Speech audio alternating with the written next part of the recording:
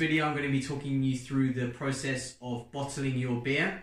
As a new home brewer, you're likely to be using bottles as opposed to kegs. Most home brewers tend to move on to kegs, as you will find out, because bottling is a long and arduous process, but it is one that it's good to experience, and also having lots of bottles means you can hand out your home brew to all your family and friends, and they can take it home with them. So yeah, today I will talk you through the bottling day process. Right, so running through the equipment that you're going to need today. Obviously, first up, bottles, beer bottles. So as I explained in the brew day video, there's two types of bottles. You have your normal type with the cap that you take off. That's usually the kind of beer that you buy from your shops. These are the ones that, if you're gonna be looking to save money and just save bottles that you've been drinking, then you're gonna have a bottle like this. You can also buy a swing top bottle. This is so that the cap is reusable, so you save money on the cap. Both are fine, both are the same process. There's no difference other than these ones need to be capped. So if you're going to be using this type of bottle, then you're going to need a way in which you'll be able to cap it. So you're going to need a bottle capper. They're not that expensive, depends what type you're going to get. You can get ones that are just handheld, a little bit more effort. This one is slightly more expensive but much easier. You just adjust the height to the bottle and clamp it down. So I would recommend this one, but you can get the handheld cappers, depends what your budget is. And then obviously you're going to need to buy some bottle caps. Again, these are super cheap. You can buy them in like 100, 200, 500 pack, all different colors, etc. So I mean, obviously I like to buy different colors and then use them depending on which beer, so it's easier for me to see when they're in the fridge.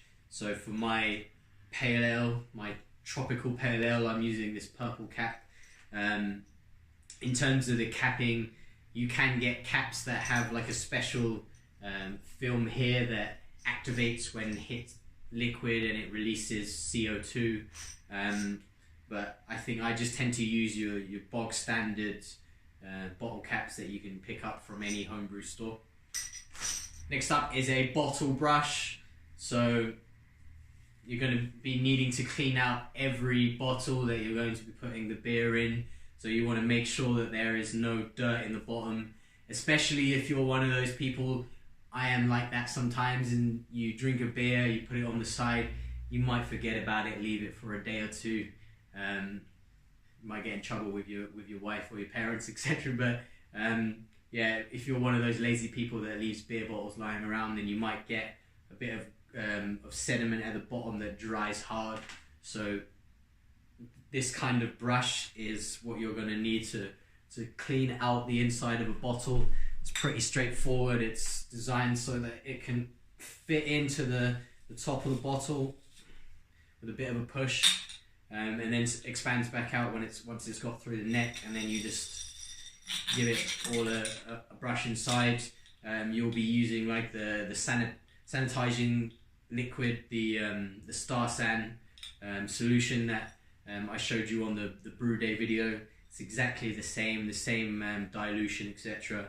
So you'll be using that in conjunction with a brush just to make sure that every bottle that you're using is spotless. Alright, so next up is how you're going to get the beer from the fermentation bucket into each bottle. Some people just use a hose and they turn the tap on and the beer comes out at one end into the bottle. That's like the basic way that you do it. But I highly recommend getting a bottling gun like this. It makes your life much easier. It makes bottling day that much quicker, and you will find out when you're filling, say, 60 bottles, anything that makes your life easier is very much welcome. And these are fairly cheap. I think you can pick them up for maybe $20, maybe less, maybe more, depending on your store. But the idea is that one end fits onto here, onto this end here. The other end of the hose goes onto the end of the tap on the fermentation bucket. And then once this is connected here and that is connected, you can open the tap and the beer will run down to this level, and then it won't go any further until you press this button down. So it's pretty simple. You add this into the bottle. This end is like the runoff, blow-off tube. So I use a jar like this so that any runoff goes into the jar, so it saves on mess. And then basically you just push the top down.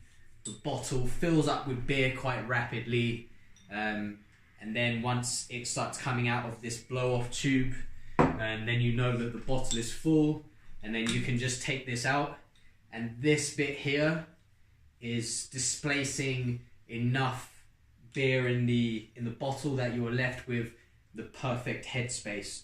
So when you're bottling beer, if you don't have one of these guns, then you're going to have to do it by eye. So you want to leave maybe an inch from the top.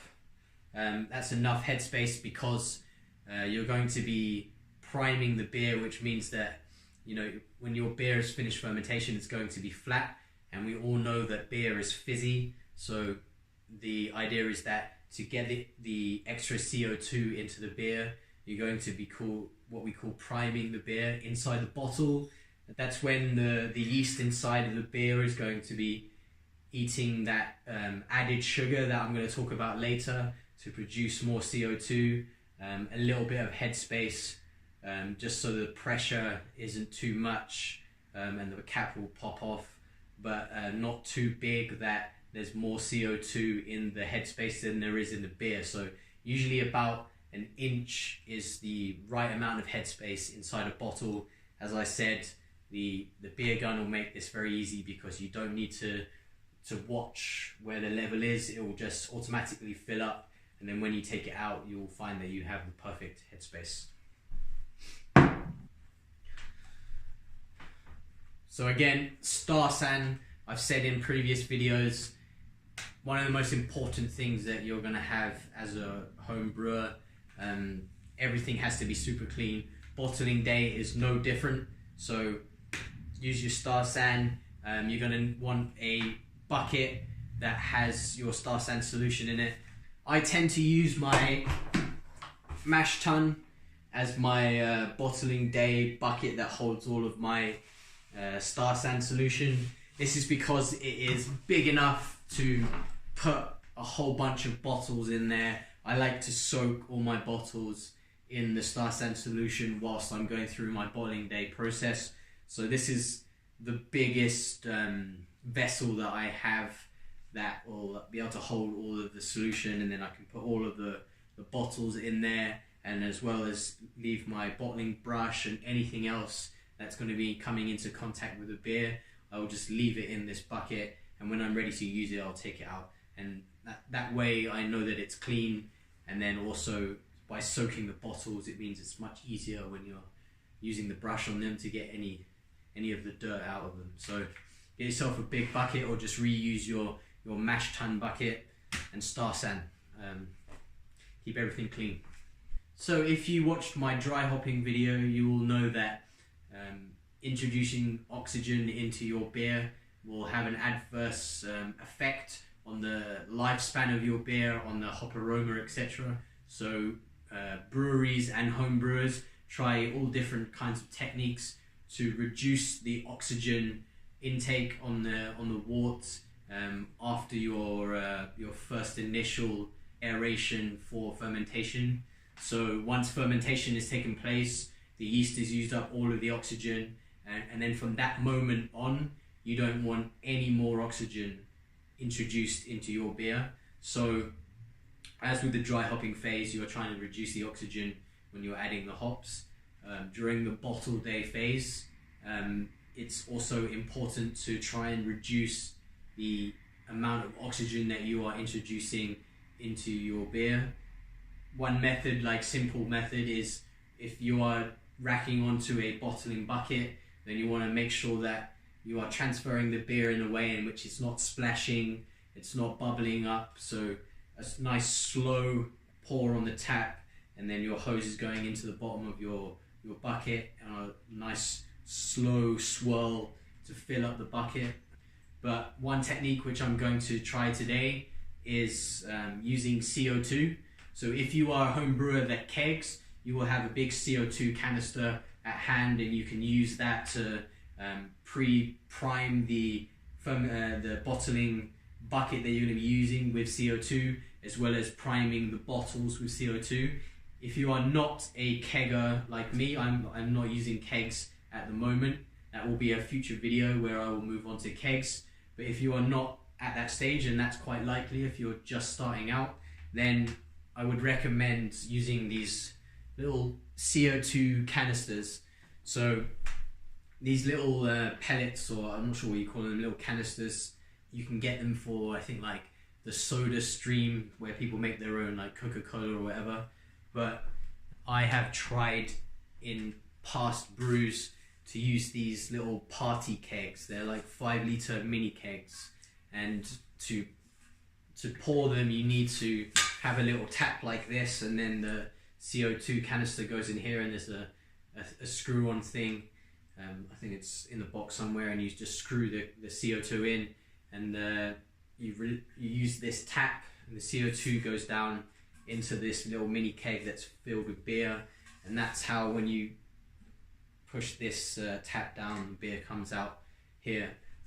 But today I'm going to try and just, with an empty one of these, put CO2 into the keg, and then I'm going to attach a hose here, and I'm going to, after each bottle is filled, I will make sure that the headspace is purged of oxygen by just releasing the tap and having some CO2 introduced into the bottle. So hopefully, I've been reading on the internet that this will have a big impact on the lifespan of my beers. I have been noticing that my aroma, my IPAs, my pale ales don't last as long as I would like them to. I think after maybe 6 to 8 weeks, it's starting to get the end of its lifespan. I think I want to try and extend that a little bit more. So it's a little bit of an experiment for me today, but as long as you're aware that adding oxygen into the beer at any stage after primary fermentation is a big no-no, so try and reduce it as much as possible. Let's see how this goes. So you're going to want to need a spare fermentation bucket on bottling day. This is because before you add the beer into the bottles, you want to take the beer out of the fermentation bucket that you have and put it into a secondary container. This is because you're trying to reduce the sediment that is built up in the bottom of the fermentation bucket. So you take the beer off that layer of sediment and move it into another bucket. The sediment can easily be mixed back into the beer if you're moving the bucket around. So you want to make sure that you are moving the beer before that sediment gets mixed up. So I just use a second fermentation bucket. You should buy a bunch of these. You're going to need them for different purposes. So yeah, get yourself more than one fermentation bucket. Your one and only ingredient today is sugar. This is to prime the beer. So priming basically means that when the beer has finished fermentation, there is no fizziness in it. So when you open a beer, you know that you're going to be drinking something that is fizzy, that has CO2 in it. So to get that extra bit of CO2 into it for bottles, you need to use a form of sugar, so that the yeast will do a little fermentation inside of the bottle and produce more CO2. Because there's not that much headspace in the bottle, the CO2 is forced into the beer, and that's why beer coming out of a bottle is fizzy. If you are kegging, then you don't use sugars, you use a CO2 canister, and you are pumping CO2 into the keg, and that's how they prime kegs. But for bottling, you're going to need to get some normal standard table sugar, Homebrewers use a variety of different types of sugars. They have different flavors, etc.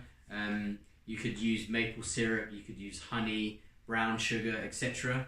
Some of those will impact the flavors of the beer. But if you're just looking to prime the beer, especially if you're not looking to do something fancy, then your bog standard white table sugar is all you're going to need. In terms of how much sugar you're going to need, this depends on how much beer you have brewed, so how many liters you have, and then the volume of CO2 that you are aiming for. So depending on the style of beer that you are brewing, will mean that you have a different volume. So some styles have a lower volume. I think Belgian ales have a lower volume of CO2. That means that they are less fizzy. Some beers, say an IPA, might be more fizzy. They have a higher volume of CO2. So for a pale ale or an IPA, you're generally in the 2.2 to 2.7 volumes of CO2 range. People who have worked in bars, etc., will understand this volume, because when you are attaching your keg, you're going to be looking at the volume of CO2 in the keg and how you're going to be pumping the beer to the tap. But for home brewers who are using sugar, you can log on to Brewer's Friend or type into Google and search for a beer priming calculator. So this will be an online calculation where you enter in the style of beer, and that may give you then a drop down of the volume levels you want, or you look for a beer style chart and that will tell you the volume that you should be aiming for, what is normal for that style. You enter that into the calculator, so you enter in, say, 21 liters of beer, then you enter in, I want 2.5 volume of CO2, and then you select the type of priming sugar that you're using. So then you select white table sugar, and then you hit enter, and it will give you the number of grams of table sugar that you will need to add to the beer before you bottle, to give you that volume of CO2 once the beer has been conditioned and primed in the bottle. So it's pretty straightforward. It sounds more complicated than it is. I will show you as I'm going through the day how I'm doing this. It basically just involves throwing the right amount of sugar into a pan with water, boiling it to sterilize it, and then adding that into the beer before you put it into the bottle, so it's all mixed up, so there's an equal amount of sugar in the whole volume of the beer, and then you get on with bottling, and that's enough sugar for the yeast to produce the CO2 that you're going to need, so that your beer is fizzy when you drink it and not flat.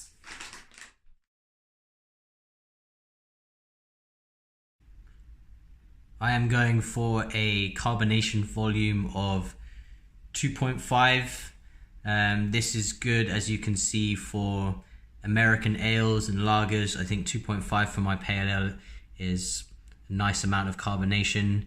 I've input the temperature of the beer. I've got that temperature, that thermometer on the side of my fermentation bucket, so I can see it's around 21 degrees C. There's 21 liters of beer to be primed, so 2.5 volumes of CO2 equals 139.7 grams of white table sugar.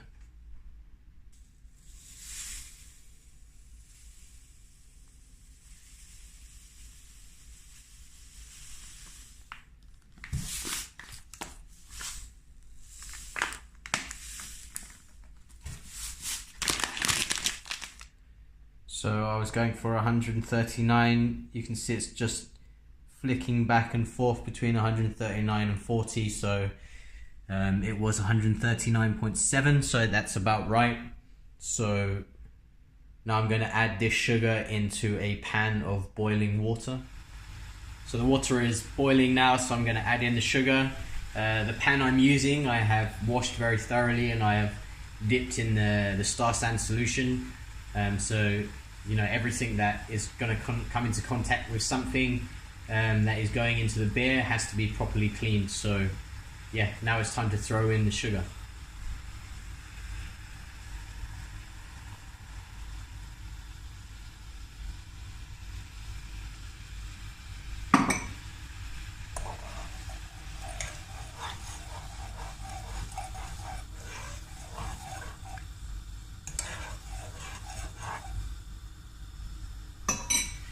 So now we will let that get back up to boil and let that boil for a while. Get the sugar that you can see is not fully dissolved yet, get that fully dissolved. But then also I'm boiling to get as much oxygen out of this water as possible. And then once that's done, we will let it cool down.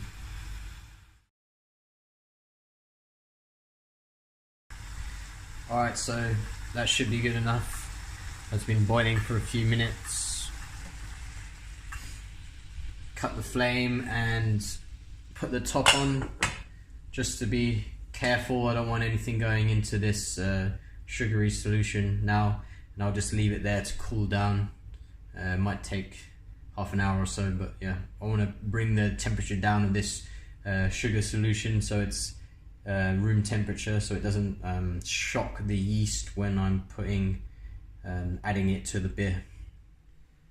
So I've moved the fermentation bucket out of the fermentation chiller out onto the kitchen table, where I'm going to be drawing the beer out and moving it to the second fermentation bucket.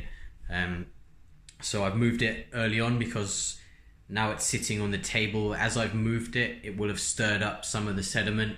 So I'm just going to let it sit on the table now whilst I'm waiting for the sugary solution in the pan to cool down. And this is also a good time to just let the bucket rest and let the sediment drop to the bottom before you transfer that beer to the bottling bucket. Once that beer in the bucket has settled, it's a good time to take your hydrometer reading. So just give the nozzle a little spray down with Star San solution. Just make sure that it's nice and clean. Take your hydrometer measurements.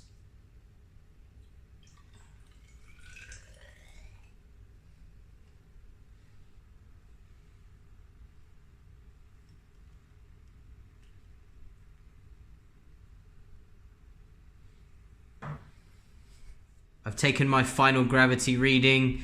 It's about 1.013 with this homebrew hydrometer. It's not going to be entirely accurate, but I think it's pretty close. So I will enter this into my calculation.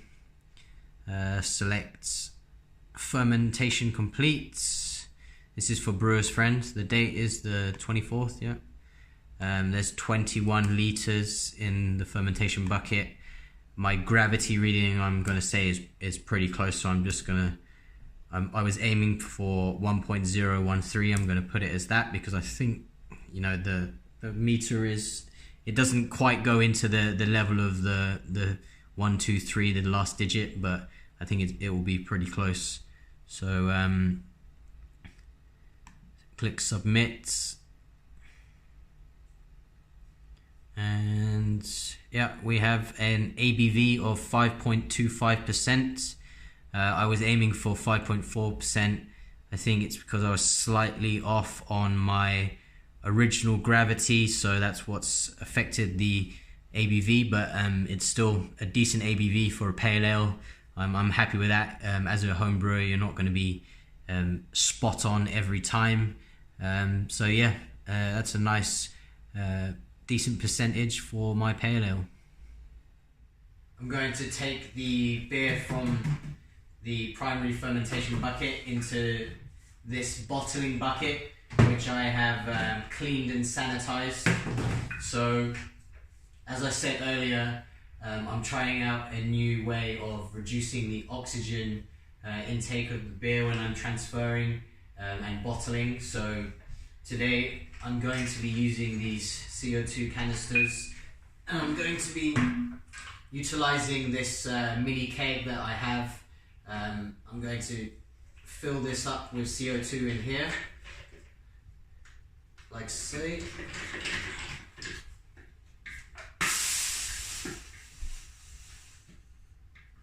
So fill that up with CO2.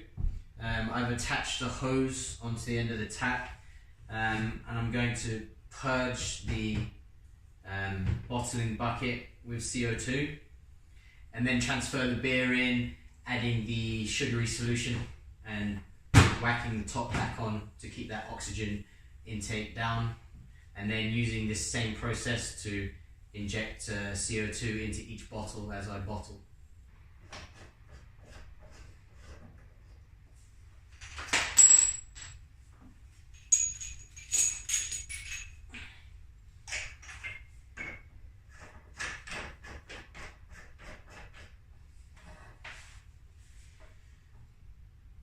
Okay, so I'm going to now purge the bottling bucket with CO2. So I'm going to transfer the CO2 from the canister into this mini keg, and then using the tap, put it into the bottling bucket. So here goes. So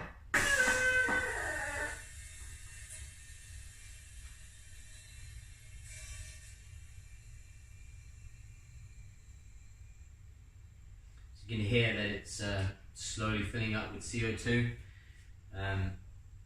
And then now, if this goes correctly, once I push this tap, the CO2 will go into the bottling bucket.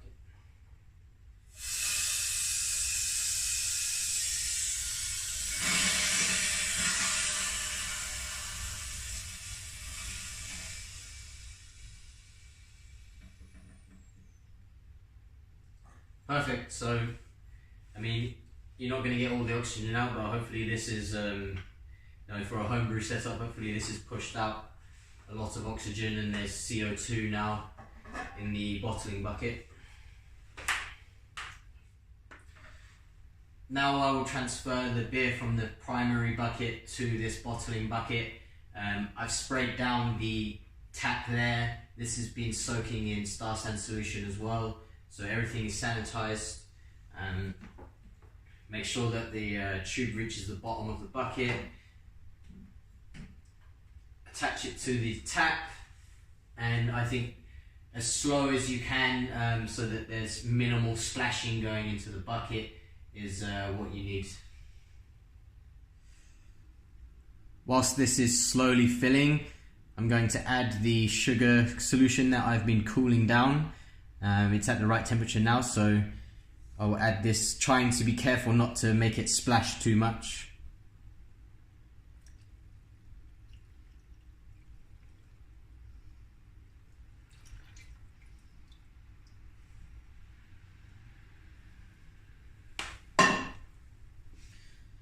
So the sugar is now introduced to the beer. As you can see, I'm slowly releasing the beer into this bucket.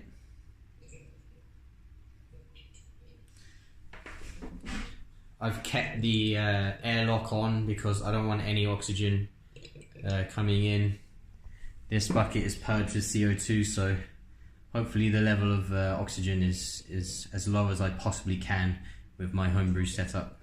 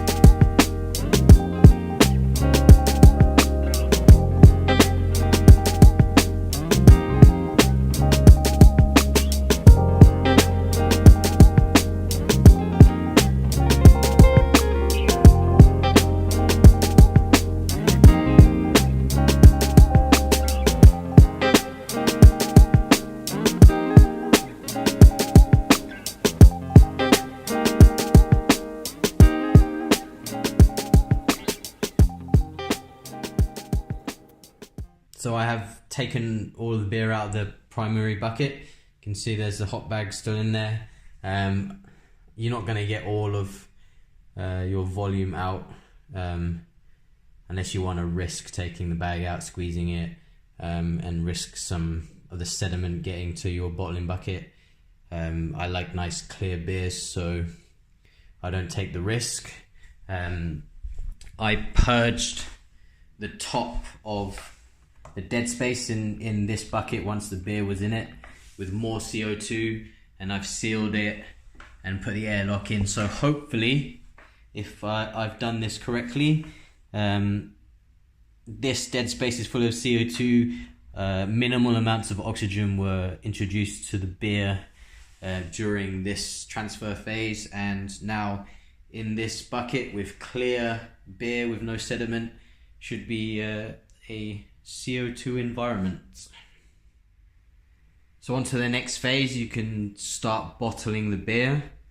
So as you can see, I'm keeping my bottle caps in a star sand solution in a bowl so that they are nice and sanitized when they go onto the bottle. I have my beer bottles which have been soaking in this star sand solution. I'm using my mash tun. I have my bottle brush here. Somewhere in there I have my beer gun. There it is. So everything is just soaking in there. So let's get started. So I have my hose attached to the bottling buckets. The other end is now attached to my beer gun, so it attaches to this end. The idea is that you then push this down. This little blow off tube is, when I'm bottling, is going to go into this little jar with a bit of star sand in it. So once everything is attached, and this isn't, you can lock it down, so make sure that this is up, so it's not, the tap is not open. You can just rest that in there, and you can turn the tap on. The beer will fill the line slowly. You can see. So that when you are ready to bottle, you push this down and the beer will come along the line and fill the bottle. Okay, so to start bottling, you take a bottle that you have been soaking, and you dip the brush in, give it a good brush. I'd like to do a circular motion so that you can get the bottom end clean. Give it an up and down, and then pour it out. Then make sure that the bottle tap is clean, and then jam that into the bottle. Move it down to here, put the blow off tube into this jar, and then push down on this button. See, the beer starts flowing into the bottle, and now it's coming out of the blow off tube, so you stop, so the bottle is full. Then you take out the beer gun, and then for the oxygen purge, I'm just going to spray a little bit of CO2. That should be enough.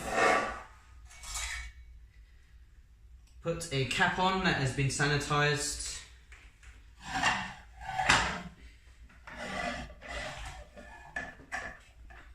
Bring it to the bottle capper. So set it down so it's at the right height, and then you just press down, and there you go. That is one bottled beer ready for conditioning, and you just have another maybe 60 more to go. So I've started purging the bottles before I put the beer in, as well as purging the dead space after the bottle is being filled, just to be extra careful. I'm not sure if it makes a difference, but I think it's better to be safe than sorry in terms of getting out the oxygen.